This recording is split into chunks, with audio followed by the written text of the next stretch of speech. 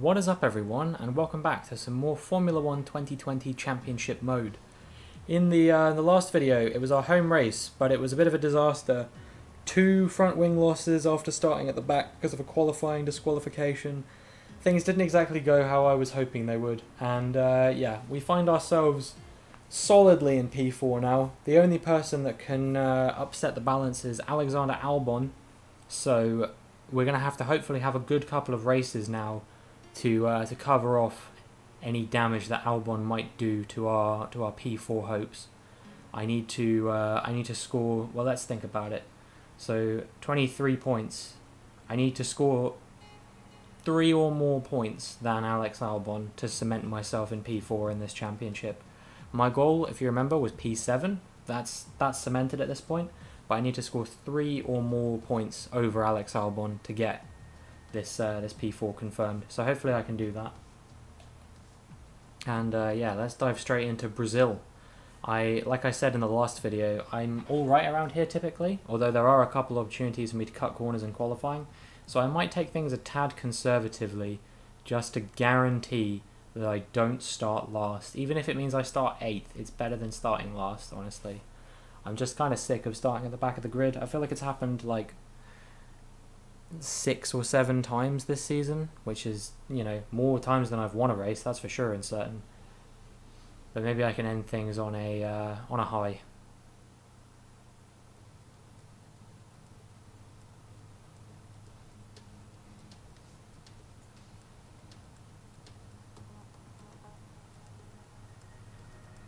That's really what I'm hoping. I'm really hoping to just ride out this championship in style, and beat Albon so I can prove that I am the one deserving of this this Red Bull drive. Looks like it's dry all weekend, so we'll load the Brazil dry setup.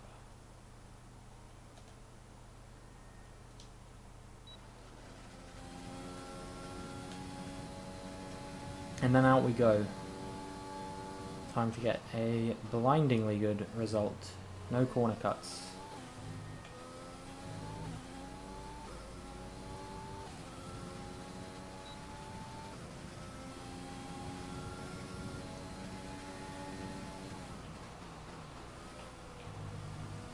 As you can see, I'm not running lower downforce than most of the cars, so maybe cornering is where my prowess will be in this qualifying session. And it seems to be that I can brake a lot later than the front runners.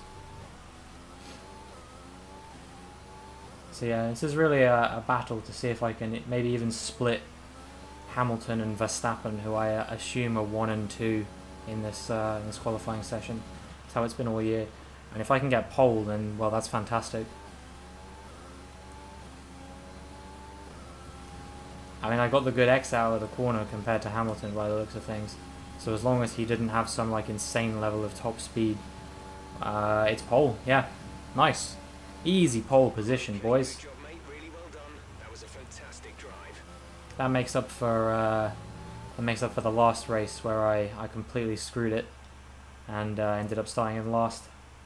And with qualifying complete, let's review our top 3 today. Perez, Hamilton and Valtteri Bottas. With qualifying complete, all that remains is the main event. We'll be live and uninterrupted for the Grand Prix tomorrow, so make sure you join us then. So there's Albon down in P8. So as long as we don't lose 6 places, I think we'll be alright. Let's get what would be my 6th win of the season, I believe. I'm trying to think. Australia, Azerbaijan, France, Austria, and Russia. I think I won in. So yeah, that'd be 5 to 6 wins. As in, I had 5 before, and I would get 6. Should be 7, but we don't talk about Monza.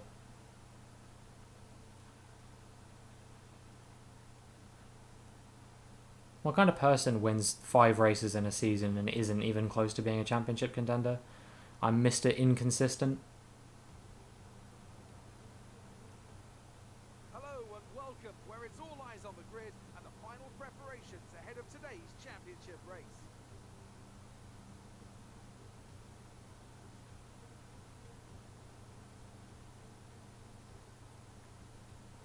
Racing today then at Interlagos, a historic 2.7-mile circuit and one of the few anti-clockwise tracks on the calendar. 15 corners in total, 9 to the left and 6 to the right, with a technical middle section opening up to a flat-out sector 3. That gives us our best passing opportunity down into turn 1. And as always, a man with plenty of racing experience joins me in the commentary box. Today it's Anthony Davidson. Tell me, Ant, you're no stranger to surviving the melee of turn 1. So how do you keep out of trouble when there's so much going on around you? There are three main things to worry about there, Crofty. Positioning, awareness and discipline. First, you have to put your car in a bit of space and make sure you have room to react to what the others are doing. Then you have to watch your mirrors and listen to the sounds around you to get a sense of where everyone is. And finally, just don't get too greedy.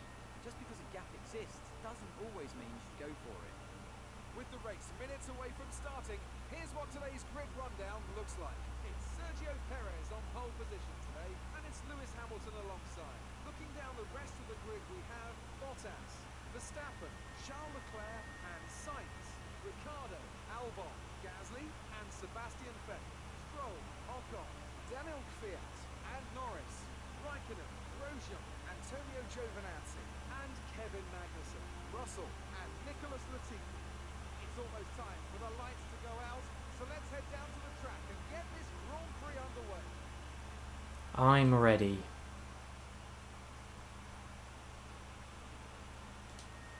Ten and 8. 10 soft, 8 medium. Let's do it.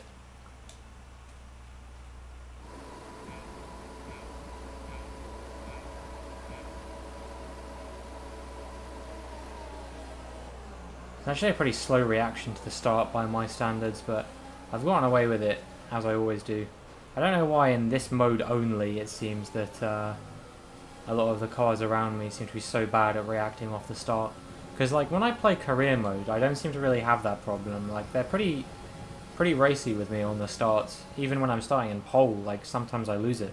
Like when I'm racing in Russia in my career mode at the moment. I mid-session saved it earlier so I could record this. But yeah, Valtteri Bottas got me off the start line, and he was ahead by turn 1, which is something that very rarely happens to me in any race, but especially not in against AI. So it came as quite a shock. But it would never happen in this game because like they take ages to they don't take ages to react, but it's like their second phase is just terrible, and I don't really understand why.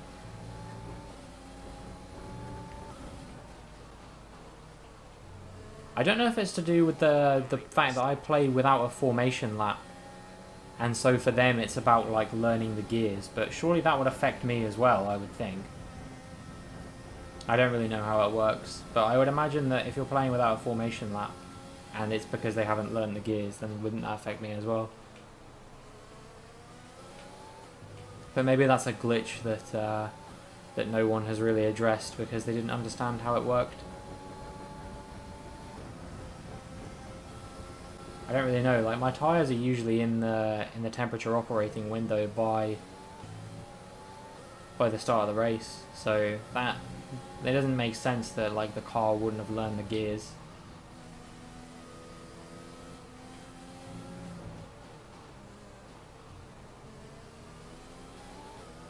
There's ample opportunities for overtaking out of the center S's and then along the pit straight as well. So I need to keep my wits about me that Hamilton doesn't try and send a move on me through one of those DRS zones, especially when DRS gets enabled on the next lap.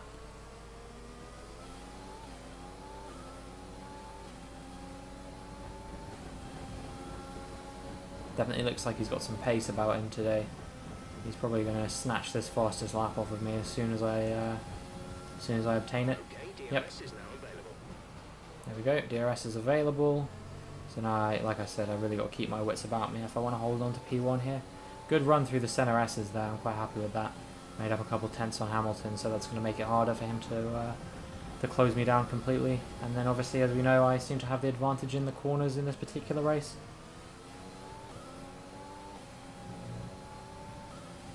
I think in Abu Dhabi it'll be a miracle if I don't get disqualified for corner cutting in the qualifying. just because of the nature of how easy it is to cut some of those corners. Or even extending into the hotel section.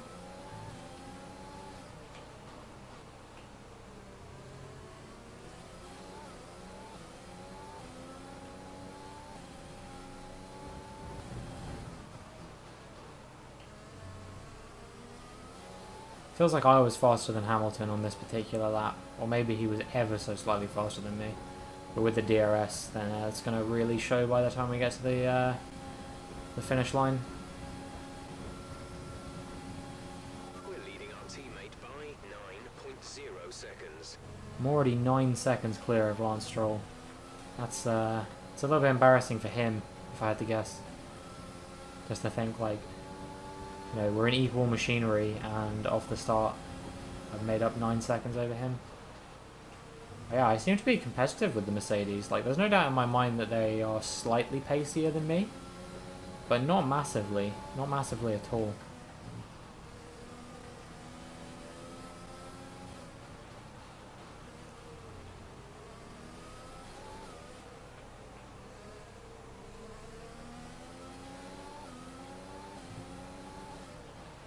So yeah, what I'm really interested in doing, as per usual, is just staying ahead until the pit stop phase on lap 10.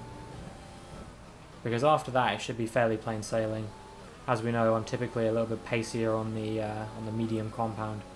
But if Hamilton gets me here, I'm probably not getting him back. So I really just need to try and hold him off through the DRS zones as best I can. I can start burning some of my my excess fuel if I need to.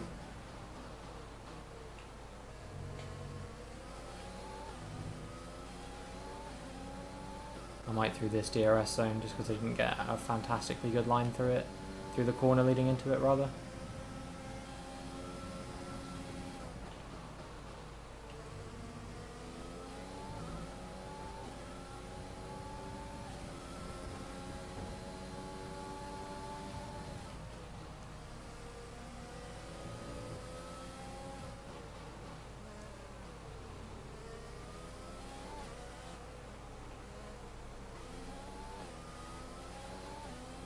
Yeah, just because I stayed ahead through that one doesn't mean I'm staying ahead through the next one. I really just need to drive 0 mistakes. There goes my DRS. Your DRS is offline. The rear wing is down, so you can stay out while we work on a fix.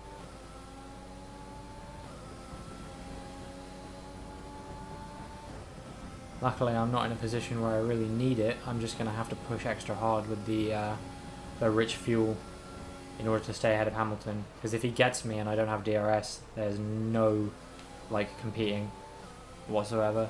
I'm going to lose all 4 of these, or all 3 of these cars if that happens. Look how close he is in this occasion as well. Like, he could get me here potentially if he decides to go for a move. He does not. I'll just close that door quickly.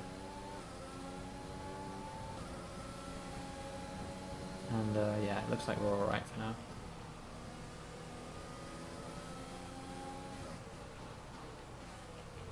But look at it, he's right over the back of me. Like,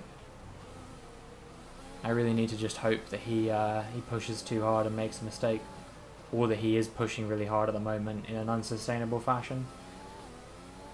That's pretty much that's all that's going to bail me out of this one, I think. Otherwise, a move into this straight is probably going to be inevitable if I had to guess. That said though, he's not as close as I expected he would be for how close he was on me at the start of this lap. And with rich fuel, I should be alright to stay ahead for now. Need a good run through the center S's here.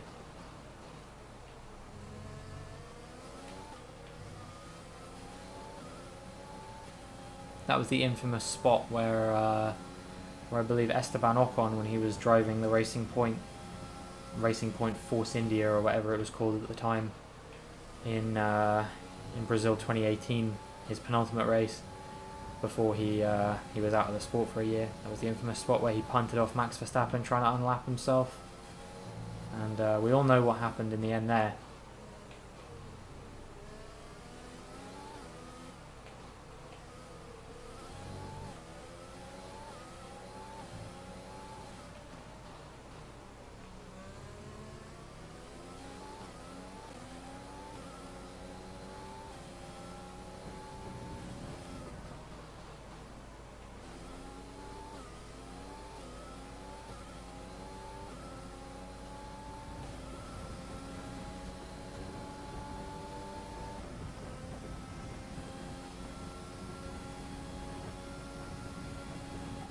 approaching the pit window, you'll be on the mediums. So yeah, only 2 laps to go now until the pit stop. Looks like I should be able to hold Lewis Hamilton off, hopefully. He got a pretty good run through the center S's here, but I don't think he's going to be close enough by the time we get out of them to worry about it too much.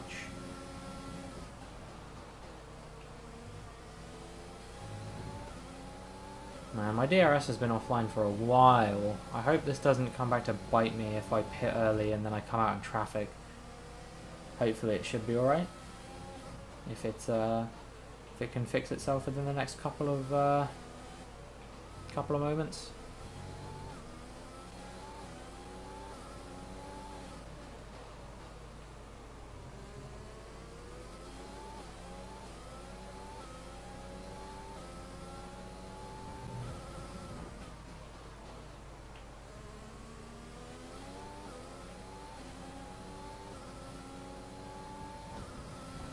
Yeah, I'm starting to get a bit concerned about it now. It might not be online for the whole race. That's going to make getting through traffic really difficult.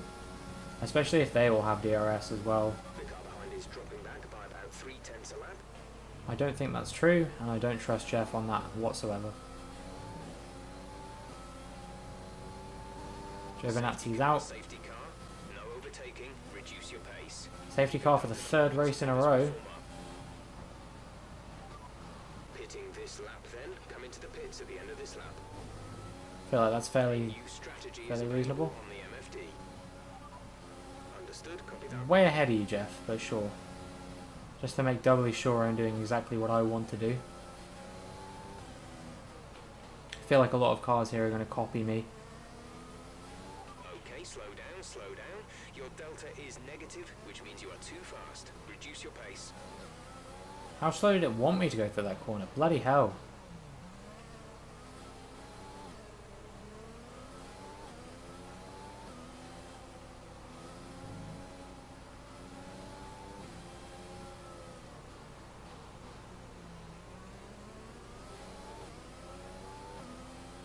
So yeah, coming into the pits now, and this is a really good opportunity for me, as long as I don't get got out of the pit stop phase. Looks like my DRS is back online.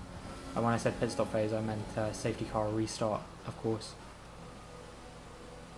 But yeah, my DRS is back online, so even if I do have a couple of overtakes to make, I don't think it's going to be that big a deal. Man, the speed limit in here is really 49 miles an hour. That's quite fast. Right, getting out ahead of Hamilton. Oh, that's awfully close. Looks like Gasly, Vettel, Ocon and Stroll stayed out. But they're going to have to pit again, assuming they started on softs. And I'm ahead of 2 of them anyway.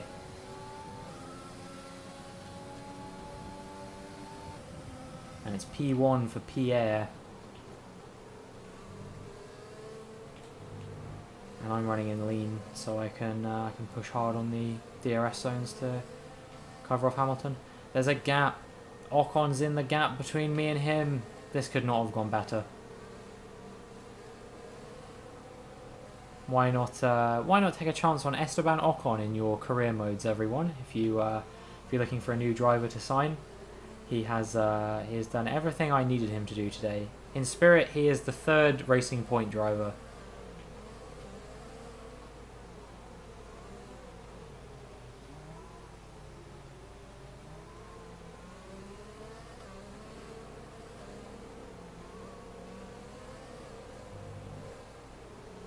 Let's see if Gasly, Vettel, Ocon and Stroll will take the time to pit under this safety car or whether they'll wait till afterwards. I feel like they would be foolish to not do it now because they still have a chance to overtake the cars at the back of the train if they do it on this lap. But if they do it and then lose 25 seconds to a full train of cars, well, that seems to be what they're planning on doing. I would have pitted now because at least you'll still have an opportunity to overtake, but you'll just be so far behind otherwise.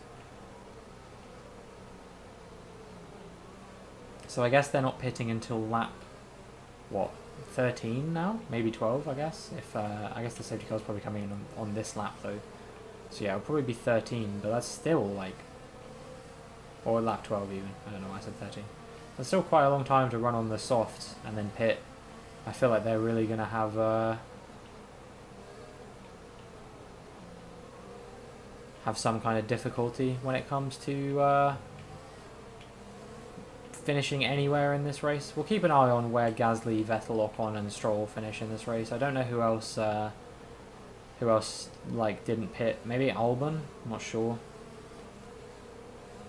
If Albon didn't pit, then that's fantastic for me because it means I'm basically guaranteed P4, unless I somehow lose 8 positions in the final 7 laps, which I'm fairly confident I won't do that. What I need here is Stroll, my teammate, on his brand spanking new tyres to get ahead of Hamilton on the restart and just increase the gap between me and Hamilton to the point that it's immensely difficult for Hamilton. It always catches me off guard when the field starts. What was I saying? When the field like just sharply breaks as soon as the safety car coming in thing starts.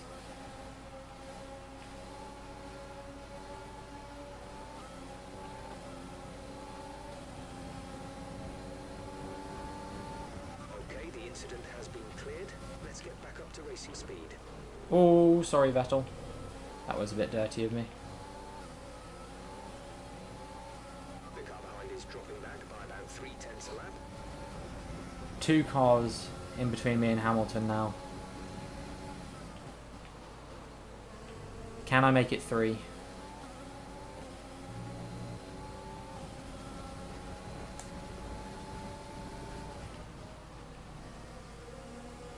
I need to get out of Rich when I can.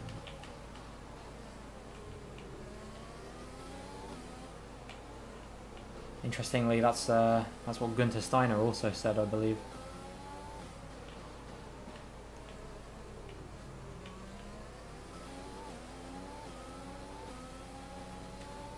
Who am I kidding? I don't think Gunther Steiner dictates the sponsorship that the Haas team gets. That's probably down to Gene Haas, if I had to guess, or maybe someone else.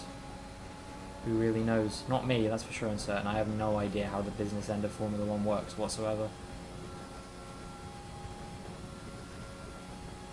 Lance is in for his stop.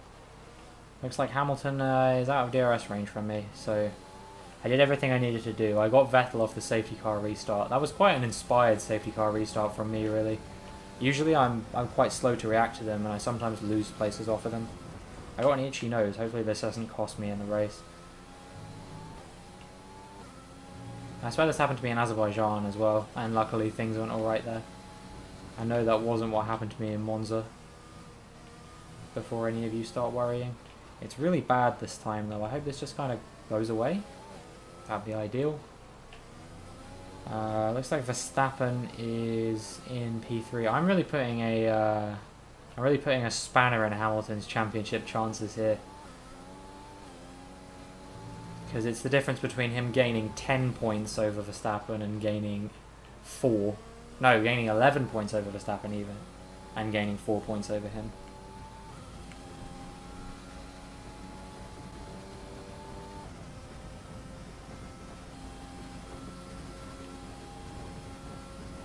Okay, the stewards have now enabled DRS. DRS is now online. I'm trying to remember where Verstappen finished in the other race. Was it P3? I think it was a Mercedes 1-2, right? And then Verstappen came third. So that was 10 points. He closed the gap. He's going to close it by 4 here, and it was, or maybe it was 11 points he closed it by. In which case, it will be 13 points going into the final race, which is a lot more difficult to do than 6 points. Like 6 points is just a win, right?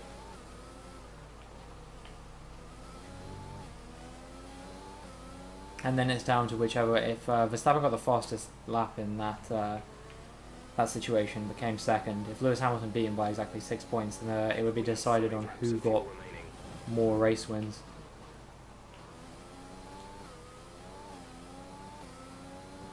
It's a tempting scenario brewing in my head here almost, to let Hamilton through on purpose just to make the championship more interesting. Because I'm basically cemented in P4, it doesn't make a difference where I finish other than just the clout of winning a race. And Bottas just got Verstappen, so I'm not going to do that. At least not purposefully.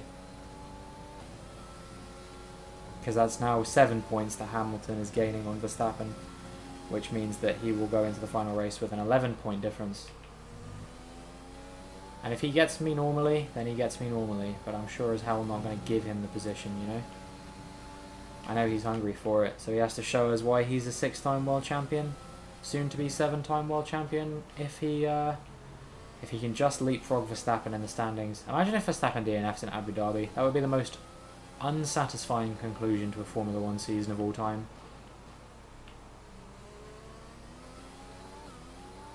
But I think there is a chance of it happening. I don't know why, I just get I get a bad feeling about it.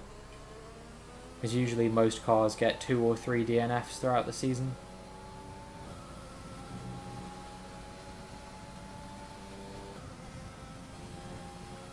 And the ones I remember from Lewis Hamilton were Paul Ricard and Cota. And maybe he had another one at some point. Actually, did he have one in Australia? Am I remembering that correctly? I seem to remember something happening to him, which was why Bottas was the one I was always worried about closing me down and not Hamilton, but I might be making that up.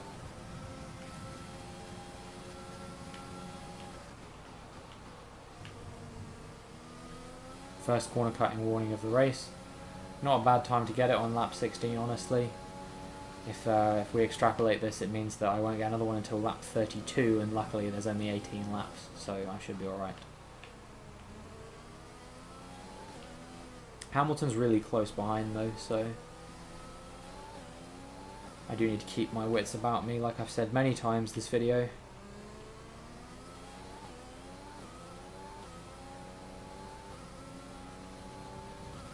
You know, I'm hungry for win number 6. There's probably more wins than Hamilton or Verstappen has got. They're just much better at finishing on the podium than me. I think I've only had, what, I think I've had 2 podiums that weren't wins this whole season. And that was in Spa and Cota.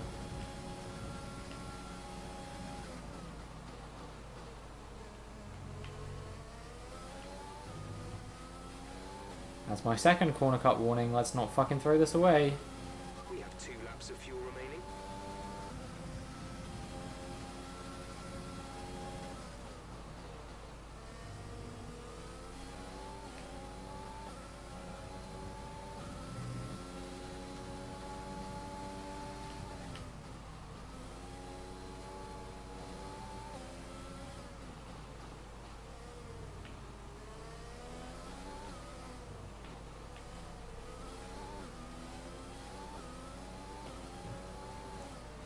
I need to be careful now. I'm really not in the mood to fucking just throw away my entire race off the back of accidentally going over the white line a couple times.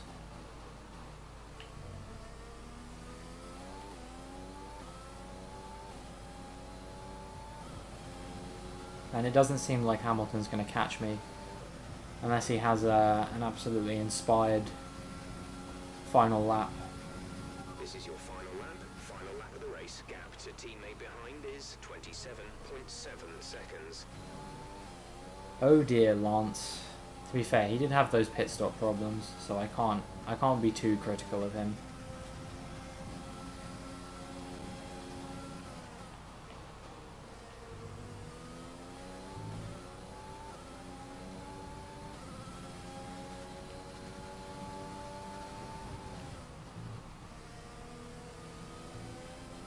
Just focusing hard because I don't want to throw this lap away to a corner cut or poor driving. Want to make sure I can keep Hamilton at bay to keep the championship interesting, because I feel like if he finishes first here and gains 14 points on Verstappen. Pretty much burned off our excess fuel. We'll be back on target soon. Don't wait too long to turn the engine down. To be fair, that would still make the championship quite interesting. There'd be 4 points between them going into the final race, but you know, it's still going to be all to play for. I don't feel bad about taking win number 6, baby. Fantastic drive, just fantastic. You deserved that race win. Congratulations, Nicholas Latifi, driver of the day.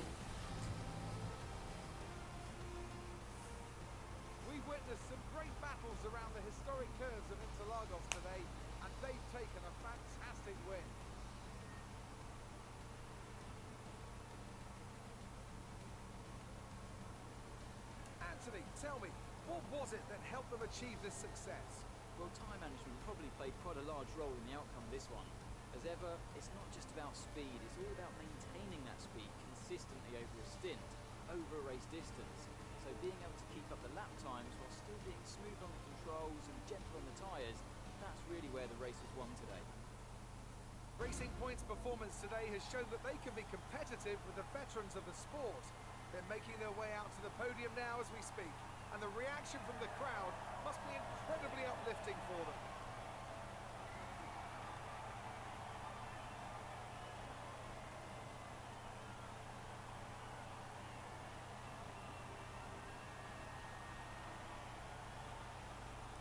Sad for Lewis Hamilton, he couldn't snatch that victory, but looks like he's going to have to work extra hard and hope luck goes his way in Abu Dhabi.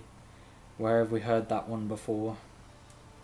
So then, it's time to see how this result affects the Drivers' Championship. This result narrows the gap between our championship leader and the rest of the standings. Some amazing talents out on the track today, but Anthony, who would you pick as your driver of the day? Well, there's a lot of incredible driving out there today, Crofty, but if I had to pick someone, it's got to be Sergio Perez. Fantastic driving. Nothing can challenge the leaders of the Constructors' Championship at this point, but it's another clear win for Mercedes as they managed to secure the Constructors' title. An incredible performance for the whole team. It was also a strong Grand Prix from Haas F1 this weekend. Fantastic work from the American team to move themselves further up the table. Well, that was certainly an incredible weekend of racing. Be sure to join myself and Ant for more exciting Formula One action soon. 0 points for all 3 of the backmarker teams. I have never seen this before. If something doesn't really go right for them in Abu Dhabi, then we will have only 14 out of the 20 cars scoring points this season. And Kvyat hasn't really had a season to write home about. And to be fair, I've had a season for crashing into Kvyat, so it's really not been a great season for him on many fronts. But yeah, 6 cars. 11 points will be the difference going into Abu Dhabi. And if you want to know what happens, well, I guess you'll just have to tune in 2 days' time to see the season finale. If you enjoyed, make sure you like and subscribe, and hopefully I'll see you in the next one.